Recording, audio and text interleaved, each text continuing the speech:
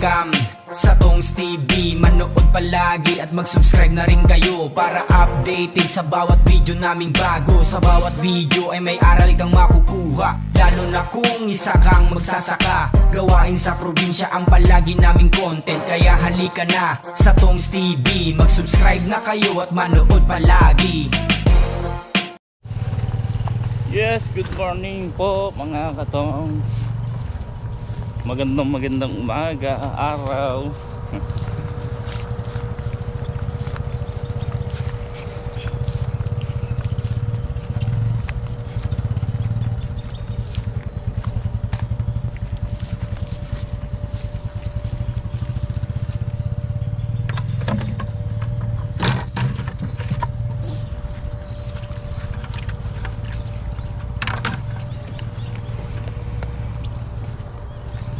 Yan,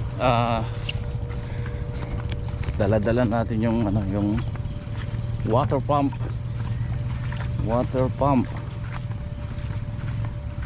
Papatubig tayo ngayon.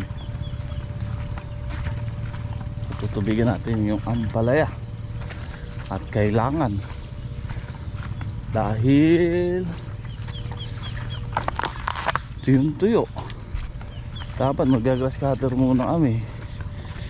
Kaso yung play bota nasuot-suot ko kahapon yun, nahalanganin ako. Talagang hindi tayo sanay mag ng bota.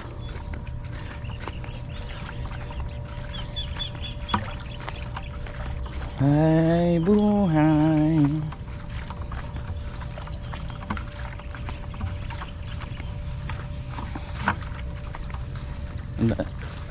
Dito yan, gilid mo sa ganda na.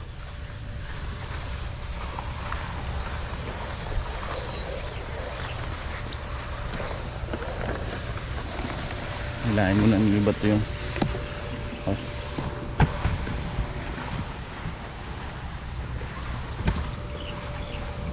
ayan ang water pump.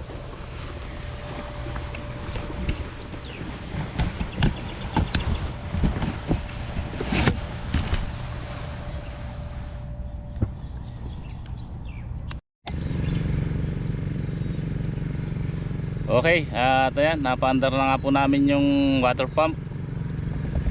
So ito, pinatutubigan ko ito, yung ginner scatter ko kahapon, kabilaan, kasi ito tuyo na rin yan, yung maliliit tsaka to. Tapos bago ko ipasok dito sa loob, tingnan nyo po yung bunga ng chatay. Ayan. Pero yung mga unang bunga, ito mga bomba. Ayan, bomba. Yan yung mga unang bunga. Pero yung mga sumunod na buko, magaganda na po. Yan, ganda ng talbos niya.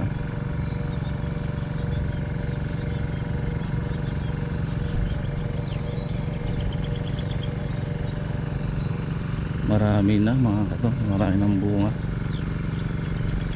So wala, alagaan natin sa spray. Oh,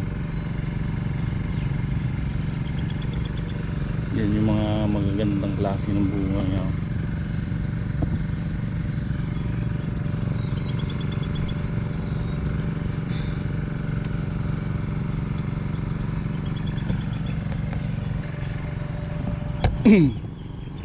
Oh, may pampitas na pala eh. Hindi ko kita to ah. Oh, para siyang mestiza.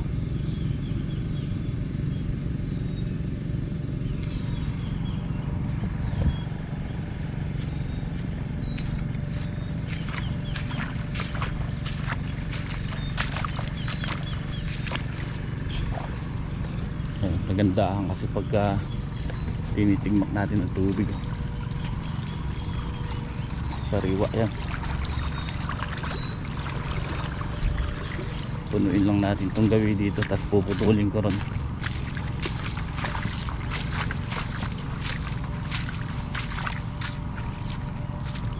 Hayaan natin munang kumalat ang tubig. nakabawi ng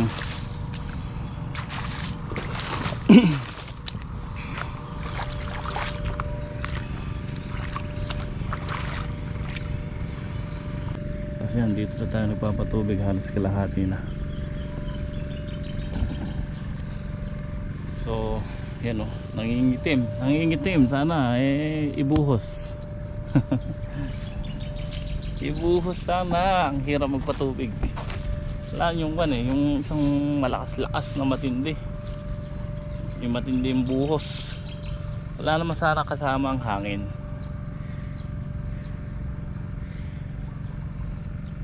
So si Bato nagpapatubig din dito sa sili. Ang gamit niya yung electric motor. So uy, dahil na naman pitasin mga katongs. Yan o, nasa loob yung bunga eh. Kailangan dito yung mamimitas mo matyaga, talagang dudukutin yung nasa loob. Pero kung hindi nila kinukuha, kalahati ng sili hindi napipitas. Kasi nga mas marami yung nasa loob niyan, kasi kabilaan na ipit yan eh. So ngayon pala naglalaglag dito sa labas, sa ladlaran, kasi nga natalian natin yan. Tibay-tibay na sa hangin niya kahit na papano.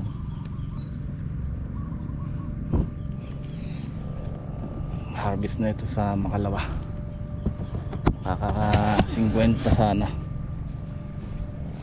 Bagay nung huling harvest 44 bundle, pangalawang harvest pa lang. So baka makakuha naman natin yung 60. Yun no. Dami. Yun o, buhos mo na rito. Ibuhos mo na rito. Pagka binuhos yan, papatayin ko yung water pump mga katongs.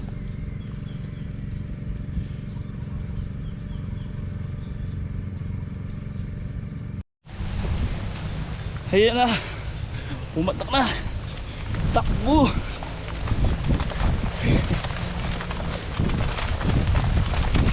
Lakas yan. So pinatay ko na yung water pump.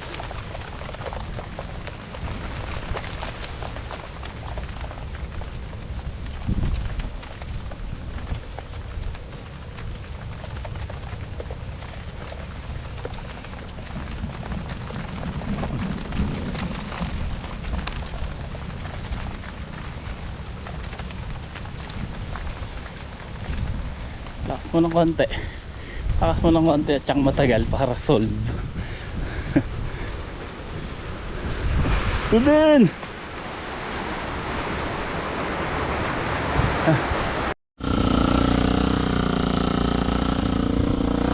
Okay mga katong, sa tayang gabi na nga po. Hapon na. Yan. I-spray ako dito sa ampalaya at saka sa kamatis.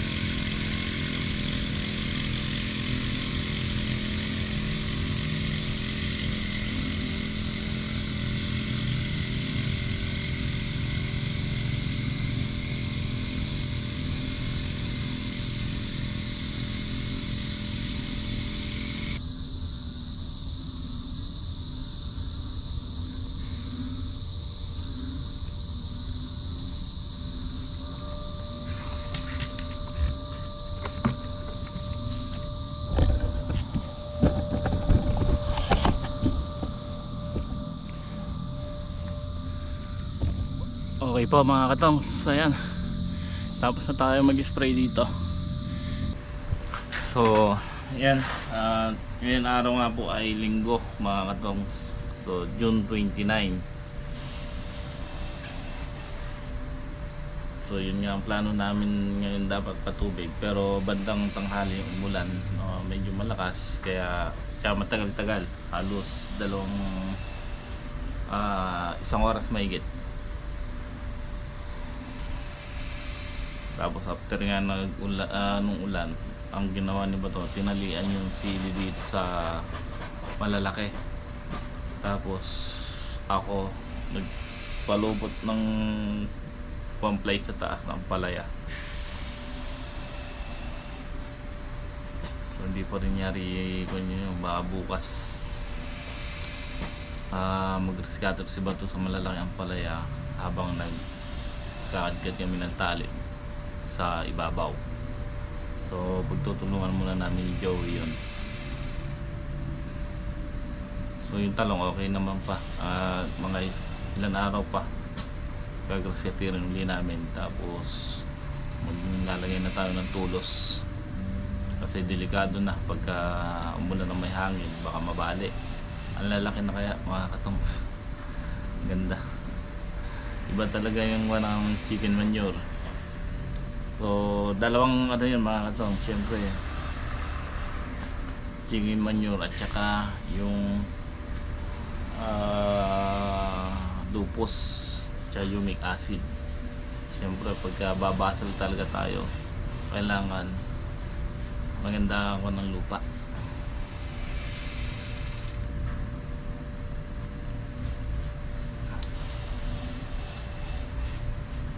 Yung palay natin ang ganda.